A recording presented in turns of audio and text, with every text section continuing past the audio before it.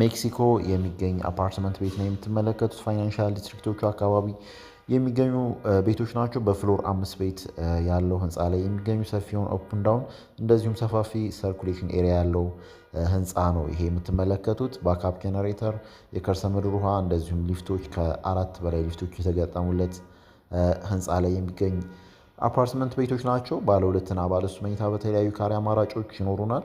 እነዚህም ቤቶች በ20% ቅድመ ክፍያ መግዛት ትችላላችሁ። የባንክ አማራጭ ከፈለጋችሁ ከባንክ አያይዛችሁ መግዛት ትችላላችሁ። የተናጠል ዲጂታል ካርታ ተዘጋጅቶላችኋል። ስልክ ቪዲዮ ላይ ያስቀምጠናል። ደውሉልን። እናመሰግናለን።